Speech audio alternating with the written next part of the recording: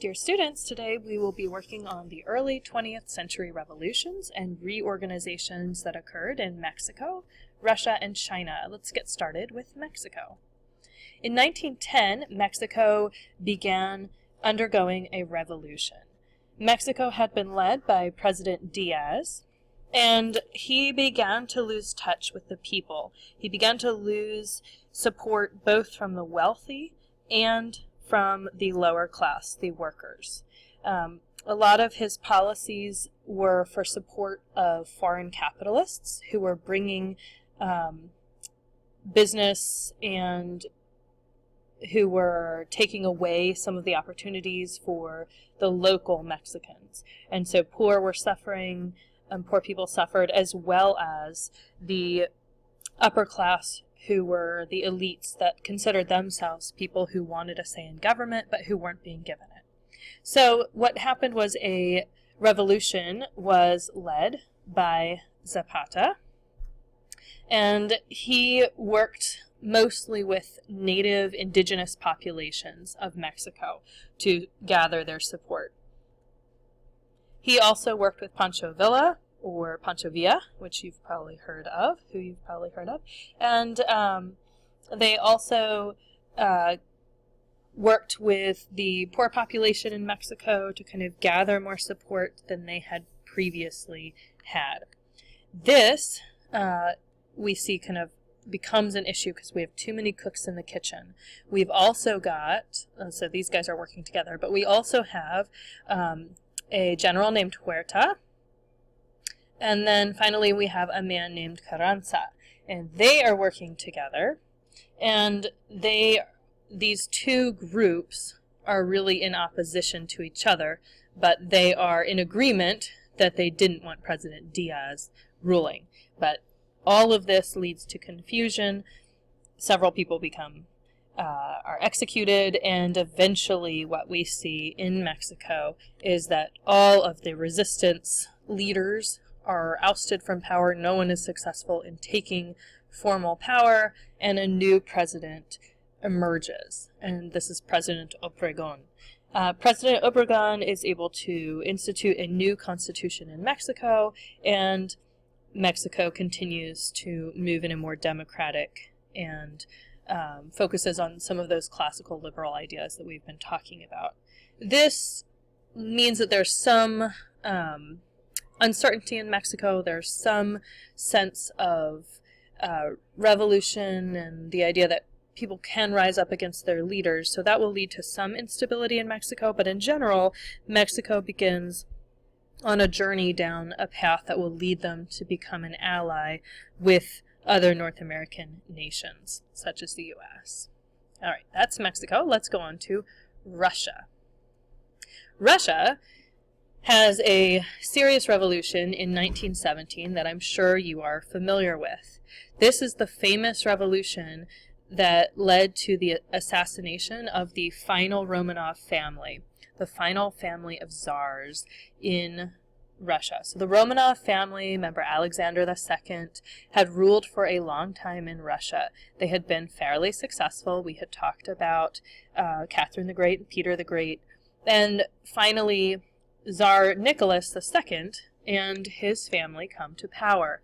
And as he's in power, he has a few problems. His son has a blood disorder, which causes him to hemorrhage.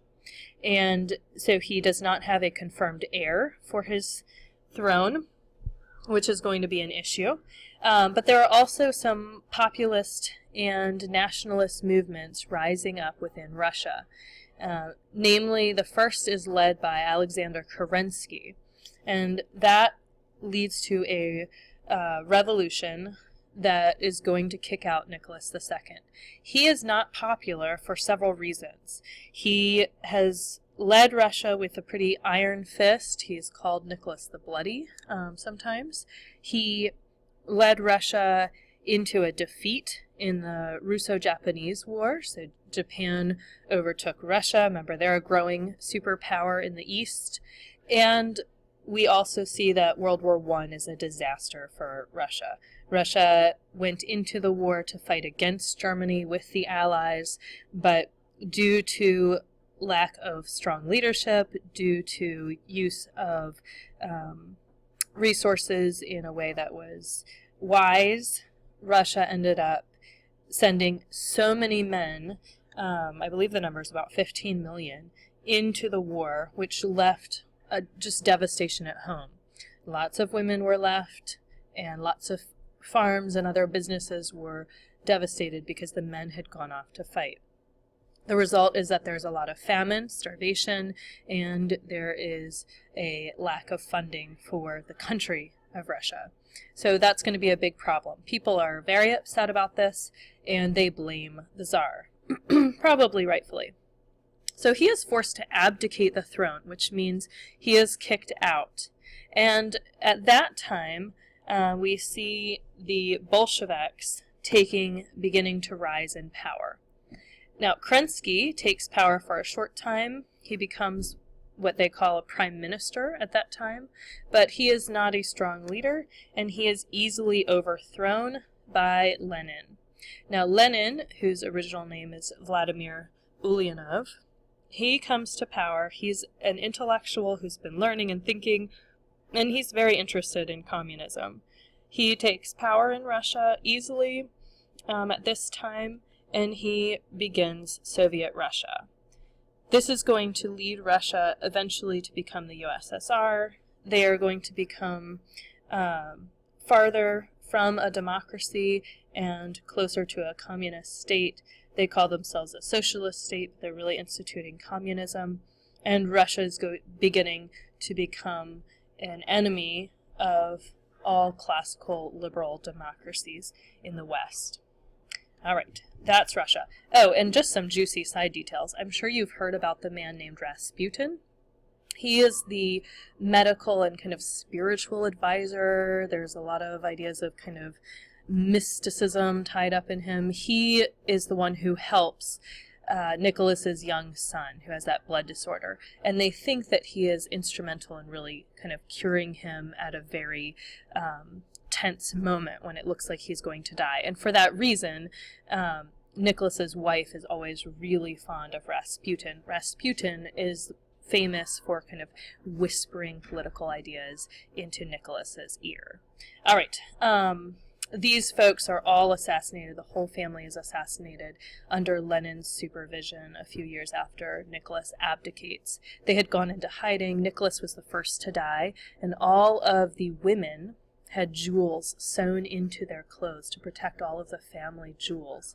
And so they had all been sewn into their clothes as a way of kind of hiding them while they were in hiding and kind of under house arrest. And so when they were being assassinated, they were being shot by a firing squad under Lenin's direction. The girls died last because these jewels acted almost like they were wearing armor. So that's just kind of an interesting story. It was famously said that Anastasia escaped, and I'm sure you've probably seen that Disney movie or heard about the story, but the family was all discovered, and they were reburied appropriately in 1998. So that's drama ended. All right, let's move on to China and we'll be done. China begins its revolution around 1911, but it's continued all the way through World War I, really until 1949. So it's a long time that this revolution period happens. There are three main leaders that you need to know about in China. Sun Yat-sen is the first president of the Republic of China. He takes over directly after the period when the Qing fell. So after the Qing falls and Western forces begin influencing China, Sun Yat-sen comes in. Sun Yat-sen is interested in kind of working with the West. He is considered a nationalist, so he's somebody who's interested in working for the favor of the Chinese people. He maintains power till around 1928, and then Chiang Kai-shek takes over in his stead. So Sun Yat-sen is out, Chiang Kai-shek is in, but they are both nationalists, so they are aligned politically. They are not communists. So this is the Republic of China. This is the switch from being a dynastic empire to becoming more like one nation with a president. These leaders hold power till about 1945-ish. Then we enter World War. We see World War II occurring, and at that time China becomes weakened as the Republic, and the communists become much stronger. So at this time, we see Mao Zedong rise to power. Sometimes you'll see that spelled with a TS, Zedong. But he rises to power as the leader of the Communist Party, and he takes over. He's called the chairman of the People's Republic of China. Mao Zedong is the one who institutes officially communism in China, and it becomes the national, not only belief system, but economic system and political system. And that is still in effect in some form today. Overall, we see that life throughout China's history in the 20th century gradually improves, so that leads to some improvements in China, but we also see some lack of opportunity and some slight uneven implementation of industrialization in China. So China as an empire, though, is over, and China is now a country, a capitalist nation called the People's Republic of China. All right, that's all you need to know about these early revolutions. If you want to look up more, there are lots of details that you might find interesting. Thanks. Bye-bye.